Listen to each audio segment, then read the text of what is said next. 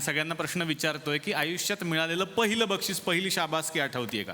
माझं पहिलं बक्षीस खूपच खास आहे माझ्यासाठी. माझ्या शाळेत आनंद अभ्यंकर जे आता आपल्यात नाही आहेत, त्यांची मुलगी शिकायची. ती मला 4 वर्ष ज्युनियर होती. आणि आम्ही दोघीजणी एका नाटकात काम करत होतो, जे आनंद काकांनी लिहिलं होतं एका कॉम्पिटिशनसाठी, ज्याच्यात मी शाळेच्या बाईंचा रोल करत होते. आणि ही सगळी पोरं आम्ही सगळे पिकनिकला जातो आणि मग तिथे दंगा होतो आणि काय काय असा तो एक रोल होता. आणि त्या कॉम्पिटिशनचे जज होते नागेश भोसले, ज्यांना जे माझ्या वडिलांचे खूप चांगले मित्र आहेत. पण मी त्यांची मुलगी आहे, हीच गिरिजा, असं त्यांना काही माहिती नव्हतं, कारण तिथे पार्टिसिपंट नंबर असायचे. त्यांनी माझ्या नंबरला बक्षीस दिलं होतं. तर आनंद काकांनी लिहिलेल्या नाटकात नागेश काकाच्या हातून बक्षीस मला मिळालं. कोणालाच काही माहिती नसताना, म्हणजे ही गिरीशची मुलगी असं काहीच माहिती नव्हतं.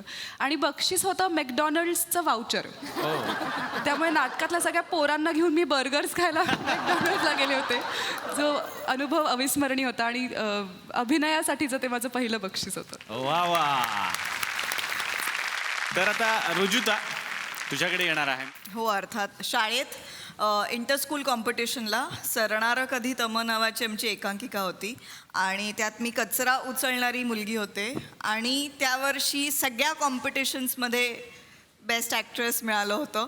त्यामुळे ते माझं पहिलं बक्षीस. आणि सगळ्यात जास्ती लक्षात राहिलं आहे ते म्हणजे रायगडाला जेव्हा जागेतेमध्ये मी काम करायचे, तेव्हा खूप सुरुवातीचे शोज होते.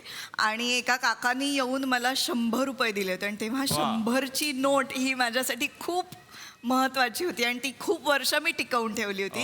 त्यामुळे ह्या 2 गोष्टी निश्चित आठवतात. वा. कादंबरी, तुझ्या लक्षात आहे का तो प्रसंग? हो, ॲक्च्युली मी 3 वर्षाची होते आणि BST, माझे वडील BSTत होते. तेव्हा BSTच्या लहान मुलांसाठी काही स्पर्धा असतात. तर तेव्हा तेंडुलकरांची चिमणा बांधतो बंगला नावाचं एक बालनाट्यामध्ये चिमणीच्या पिल्लाचं काम होतं माझं. अच्छा. फक्त एका विंगेतून दुसऱ्या विंगेत चिवचिव करत जाणे, परत येणे, एवढंच काम होतं. ज्याच्यासाठी मला रोहिणी हट्टंगडी यांच्या हस्ते अशी एक मोराची ट्रॉफी मिळाली होती. चिमणीच्या पिलाच्या रोलसाठी मोराची ट्रॉफी. वा वा. तो माझं पहिलं बक्षीस. वा वा. मुळे काका तुमच्याकडे येणार आहे. पहिला पुरस्कार. मला आठवत, मी लहान होतो, 3री 4थीत वगैरे असेल. घरच्यांना का असं वाटलं मला माहीत नाही. म्हणजे आता मला अजूनही ते आश्चर्य आहे की मला फॅन्सी ड्रेस स्पर्धेत उतरवा. बरं, उतरवावं ठरवलं ते ठीक आहे. त्यानंतर मला मुलीचा वेश का द्यावा हे मला कळलेलं नाही अजूनपर्यंत. ते आता पण माझ्याकडे बघून कोणाला वाटणार नाही असं की मी लहानपणी कधी मुलीसारखा दिसत होतो किंवा काही. आणि मला असा वेश करण्यात आला, फ्रॉक वगैरे, केस वगैरे लावण्यात आले, असे बो बांधला, अमुक तमुक सगळे जे नट्टेपट्टे असतात ते सगळे केले माझे. आणि माझं नाव पुकारलं गेलं आणि मी खरा घाबरलो होतो आणि मी तिथून पळून गेलो. अच्छा. आणि मला 2रं अवॉर्ड मिळालं फॅन्सी ड्रेस स्पर्धेत. लोकांना असं वाटलं की मी घाबरलो नाही, मी लाजून मुलगी असल्यामुळे आतमध्ये गेलो. तो खरं मी घाबरलेलो होतो अत्यंत आणि त्यामुळे मी पळून गेलो. हे शेवटपर्यंत कोणाला कळलं नाही आणि मीही खुश झालो की मला पहिला अवॉर्ड मिळालं काहीतरी असं घाबरल्यामुळे. वा. शीतल सर तुमच्याकडे येणार आहे. तुमचं तर खेळ नेहमी प्रकाशाची असतो, लाईटशी. मग तुमच्या घरात कधी लोडशेडिंग असतं? मुंबईत आहे, मुंबईत नाही. विनोद होता माझा आपला असाच. तर तुमच्या आयुष्यातलं एखादं बक्षीस आठवतंय का पहिलं? हो, पहिलं बक्षीस या लाईट डिझायनिंगसाठीच मिळालं होतं. अच्छा.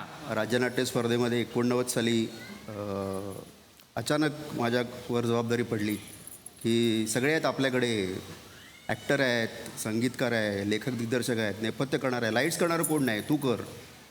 किमयागार नावाचं नाटक होतं, फॅन्टास्टिक्स, जे ब्रॉडवेवरचं सुपरहिट नाटक, त्याचं मराठीकरण डॉक्टर अनिल बांदिवडेकरांनी केलं होतं. ते केलं आणि त्याला लाईट्सचं पहिलं बक्षीस मिळालं. वा. ते माझ्या आयुष्यातलं पहिलं अटेम्प्ट आणि पहिलं बक्षीस. क्या बात. वा वा. क्षितिज, तुझ्या आयुष्यातला पहिला पुरस्कार? माझा पहिला पुरस्कार आम्हाला शाळेने दिला होता. हां. आणि तो प्रत्यक्ष न येता तो पत्रांनी आला होता. अच्छा. आमच्या शाळेत अशी सिस्टीम असायची की तुम्ही जर एखाद्या इयत्तेत पहिले आलात तर तुम्हाला पत्र यायचं. त्यामुळे रिझल्टच्या आधी 3-4 दिवस सगळी मुलं घरी अशी गॅसवर असायची की अरे आपल्याकडे येते का नाही, येते का नाही.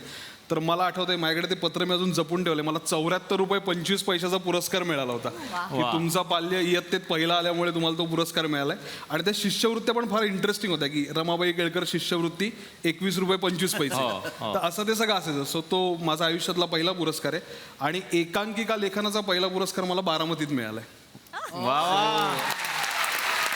बारामतीच्या सांस्कृतिक केंद्राच्या स्पर्धेमध्ये कमिंग सून या माझ्या एकांकिकेला मला पहिला लेखनाचा पुरस्कार मिळाला. सो तिथे आज परत यायला छान वाटतंय खूप. वा. आता आपण जाणार आहोत एका वेगळ्या कार्यक्रमाकडे. काय जी थुकरटवाडी आम्ही घेऊन आलो, इथेही वेगवेगळे कार्यक्रम होत असतात.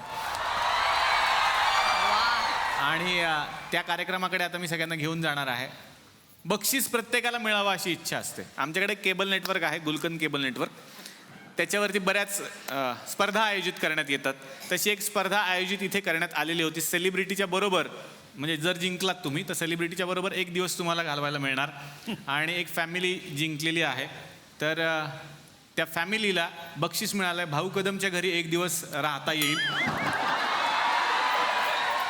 आणि ती फॅमिली आहे टमरेलवाडी, बुद्रुकचे मांजर बुडवे आणि फॅमिली. तर बघूयात मग आता या फॅमिलीचा हा एक्सपिरियन्स कसा असणार आहे. Hello hello hello. हा भाऊ, भाऊ कदम बोलतोय का भाऊ? हॅलो भाऊ, नमस्कार. हा नमस्कार. गुलकन केबल नेटवर्कमधून बोलतोय मी, BMW. नाही गाडी नाही बोलत आहे, माझं नाव आहे BMW, बाळू मनोज वाघमारे, BMW. हा नाही आठवलं का, आपण आपल्या केबल चॅनलवरती तुमचा एक कार्यक्रम ठेवलेला होता बघा. आणि एक स्कीम ठेवलेली होती आपण लोकांसाठी, म्हणजे पूर्वा फॅमिलीची हाऊस भेटा कदम हाऊस. हा त्या कार्यक्रमात एक फॅमिली जिंकली सर. हा तिला तुम्हाला भेटायचंय. नाही मी ऑलरेडी तुमच्या घरात आलोय. तुम्ही कुठे आहे? तुम्ही या ना.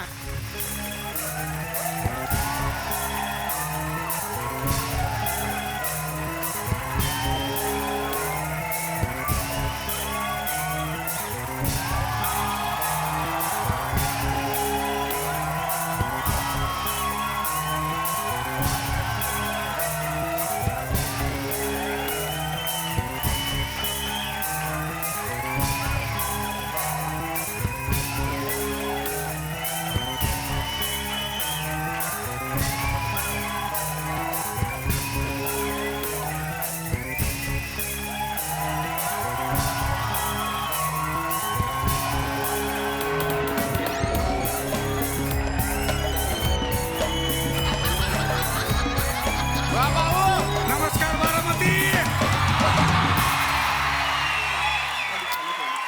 वा वा वा वा. चल चल हात वर कर. हात वर कर.